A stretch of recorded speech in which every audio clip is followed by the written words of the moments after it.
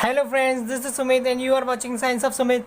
तो फ्रेंड्स, जैसा कि अब तक हम लोग समझ चुके हैं, एक्सट्रैक्शन ऑफ मेटल के अंदर हम लोगों ने बोला था कि 3 स्टेप होते हैं। उन 3 स्टेप में हम सबसे पहला स्टेप एनरिचमेंट ऑफ ओर और एक्सट्रैक्शन ऑफ मेटल के अंदर जो प्रोसेस है उन सबको कवर कर चुके हैं। अब हमारे पास थर्ड स्टेप, जो फाइनल स्टेप है, वो है हमारे पास रिफाइनिंग ऑफ मेटल। मतलब हमारे पास एक इम्प्योर मेटल होगा, उस इम्प्योर मेटल को हम लोगों को कन्वर्ट करना है प्योर मेटल में। तो उस प्योर मेटल में कन्वर्ट करने के लिए हमारे पास एक मेथड है जिसका नाम है रिफाइनिंग ऑफ मेटल। तो रिफाइनिंग ऑफ मेटल के बारे में हम लोगों को समझना है। रिफाइनिंग ऑफ मेटल्स, तो मेटल्स की रिफाइनिंग अब हम लोगों को समझनी है।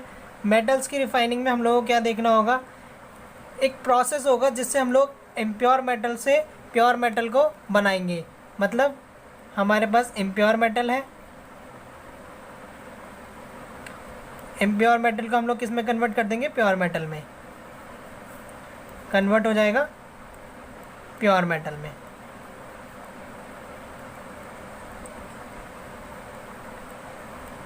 तो इसी के बारे में हम लोग समझने वाले हैं अब इस रिफाइनिंग ऑफ मेटल में।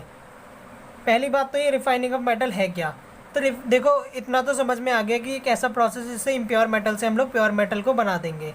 लेकिन ये एक ऐसा प्रोसेस है जो सबसे ज़्यादा यूज़ होता है इम्प्योरिटीज़ को हटा के प्योर मेटल में कन्वर्ट करने के लिए। रिफाइनिंग ऑफ मेटल में क्या होता है, हम लोग एक मेटल जो हमारे पास इम्प्योर मेटल है, इस इम्प्योर मेटल को लेते हैं और इस इम्प्योर मेटल को हम लोग टैंक में डाल देते हैं।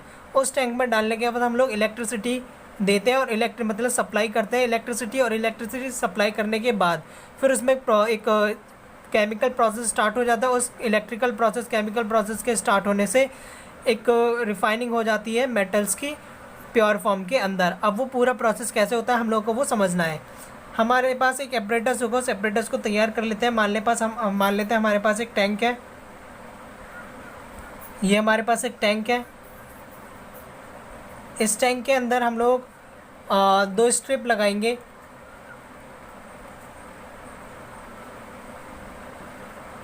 ये हमारे पास एक स्ट्रिप हो गई, ये हमारे पास सेकंड स्ट्रिप हो गई। हम लोगों ने एक टैंक लिया, टैंक के अंदर 2 स्ट्रिप लगा दी। इस स्ट्रिप के ऊपर हमारे पास नेगेटिव चार्ज हो गया और इस स्ट्रिप के ऊपर हमारे पास पॉजिटिव चार्ज हो गया। अब इस स्ट्रिप को हम लोग कनेक्ट कर देंगे वायर से कनेक्ट करेंगे और एक स्विच भी लगा देंगे। और इधर हमारे पास नेगेटिव चार्ज और इधर हमारे पास पॉजिटिव चार्ज, और इसको फाइनली कनेक्ट कर दिया हम लोगों ने दोनों इलेक्ट्रोड से। इन्हें कहते हैं इलेक्ट्रोड। ठीक है, अब हमारे पास ये टैंक है, इलेक्ट्रोड है। इन इलेक्ट्रोड में हमारे पास एक का नाम होगा कैथोड और एक का नाम होगा एनोड। तो इसको कहते हैं हम लोग एनोड और इसको कहते हैं हम लोग कैथोड। तो हमारे पास 2 इलेक्ट्रोड हैं, एक एनोड और एक कैथोड। एनोड के ऊपर पॉजिटिव चार्ज होता है, जो एनोड इलेक्ट्रोड है वो पॉजिटिव होती है और कैथोड नेगेटिव होती है। देखो, बड़ी कन्फ्यूजन होती है जब हम लोग एनोड, कैथोड, एनाइन, कैटाइन की बात करते हैं। देखो, कैटाइन जो होता है वो पॉजिटिव चार्ज रखता है और जो एनाइन होता है वो नेगेटिव चार्ज कैरी करता है। एनाइन नेगेटिव चार्ज रखता है तो पॉजिटिव की तरफ ही अट्रैक्ट होगा। तो पॉजिटिव की तरफ अट्रैक्ट होगा तो पॉजिटिव कौन सा होगा, वो ये होगा। एक स्ट्रिप में मान लेते हैं ये पॉजिटिव होगी, इसके ऊपर जाके अट्रैक्ट हो जाएगा, जुड़ जाएगा, चिपक जाएगा, डिपॉजिट हो जाएगा। अगर ये इस पर डिपॉजिट हो जाएगा तो इस एनायन के डिपॉजिट होने की वजह से इस इलेक्ट्रोड का नाम एनोड रख दिया, क्योंकि इस पे एनायन आते हैं तो इसलिए एनोड, और इस पे कैटायन आएंगे तो इसलिए इसे कैथोड कहते हैं। तो ये हो गया एनोड और कैथोड। हमारे पास एक तीसरी चीज़ होगी जिसका नाम है हमारे पास इलेक्ट्रोलाइट। हमारे पास एक इलेक्ट्रोलाइट भी होगा। अब ये इलेक्ट्रोलाइट क्या होगा, इलेक्ट्रोलाइट हमारे पास जो इम्प्योर मेटल है उस इम्प्योर मेटल का सोल्यूशन होगा, उस इम्प्योर मेटल का सोल्यूशन। तो इसको हम लोग कहेंगे इलेक्ट्रोलाइट। इलेक्ट्रोलाइट इम्प्योर मेटल का जो सोल्यूशन होगा वो हमारे पास इलेक्ट्रोलाइट होगा। तो इसके अंदर हम लोगों ने देख लिया हमारे पास इलेक्ट्रोलाइट है, एनोड है, कैथोड है। एनोड, कैथोड और इलेक्ट्रोलाइट। इलेक्ट्रोलाइट में हम लोग एक इलेक्ट्रोलाइट ले लेते हैं। हम लोग इधर लिखेंगे भी, थोड़ी सी इनके बारे में लिख देते हैं, एनोड, कैथोड और इलेक्ट्रोलाइट के बारे में। तो एनोड क्या है हमारे पास, ये एनोड किस चीज़ का बना हुआ होगा, ये एनोड जो बना हुआ होगा वो होगा इम्प्योर कॉपर का, इम्प्योर कॉपर का, तो ये हमारे पास इम्प्योर कॉपर का बना हुआ होगा एनोड, ठीक है। सेकेंड हमारे पास है कैथोड, ये कैथोड हमारे पास बना हुआ होगा, एक इम्प्योर है तो हमारे पास दूसरा जो है वो प्योर कॉपर होगा, तो प्योर कॉपर स्ट्रिप होगी, एक इम्प्योर कॉपर स्ट्रिप है, दूसरी प्योर कॉपर स्ट्रिप होगी, ठीक है। अब हमारे पास तीसरी चीज़ है इलेक्ट्रोलाइट। इलेक्ट्रोलाइट के बारे में भी समझ लेते हैं, इलेक्ट्रोलाइट क्या है।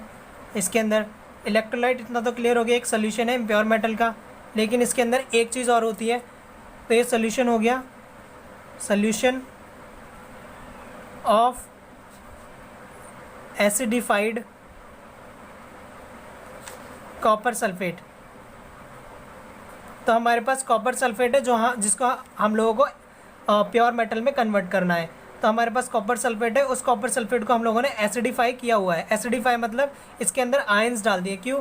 देखो हम लोग यहाँ से इलेक्ट्रिसिटी पास करेंगे, यहाँ से हमारे पास इलेक्ट्रिक करंट पास होगा, तो यहाँ से सर्किट गया और यहाँ से यहाँ गया, लेकिन बीच में सोल्यूशन के बीच में तो सर्किट ब्रेक हो जाएगा ना, क्योंकि इसको पास करने के लिए जो इलेक्ट्रिक आयंस होंगे उनको कौन पास करेगा, तो मूवमेंट कहाँ होगी, तो सर्किट तो ब्रेक हो गया, तो प्रोसेस कैसे होगा, नहीं हो पाएगा। तो इसलिए हम लोगों को कुछ ना कुछ मीडियम देना पड़ेगा जिससे ये हमारा सर्किट कंप्लीट हो जाए और प्रोसेस चले। तो उसको हम लोगों के लिए उस मीडियम को देने के लिए हम लोगों को एसिड इसके अंदर ऐड करना पड़ेगा, क्योंकि एसिड के पास आयंस होंगे जो कि इसको आगे जाके सर्किट को मतलब सर्किट को क्लोज कर देंगे और इलेक्ट्रिक करंट फ्लो होना स्टार्ट हो जाएगा और प्रोसेस हो जाएगा हमारा। तो इसलिए एसिड हम लोगों को ऐड करना पड़ता है, इसलिए एसिडिफाइड कॉपर सल्फेट हो गया।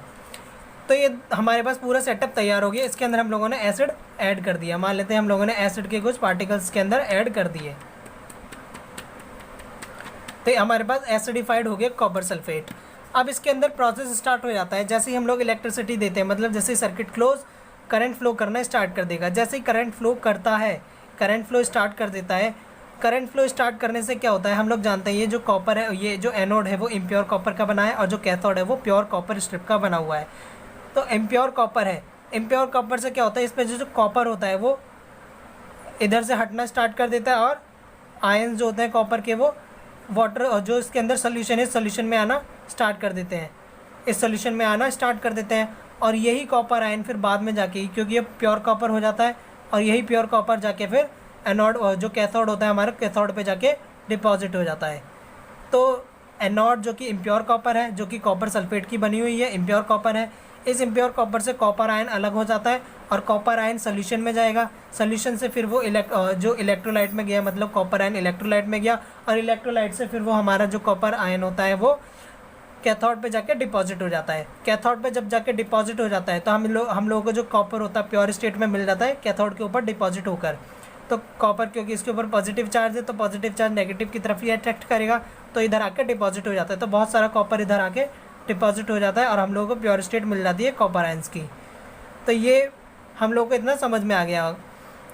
इसके अंदर एक इम्पॉर्टेंट चीज़ और, ये जो कॉपर आयन इधर आके अटैच हो गया, जितनी अमाउंट में कॉपर सोल्यूशन में आता है उतनी अमाउंट में ये कॉपर आयन जो होते हैं वो इस कैथोड के ऊपर आके डिपॉजिट भी हो जाते हैं।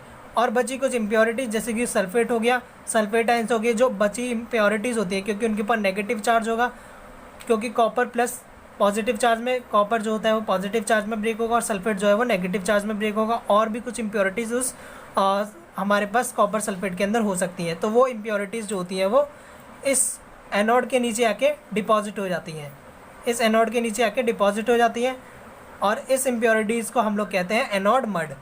इसको कहा जाता है एनोड मड। तो इसको हम लोग लिख लेते हैं, ये होता है एनोड मड।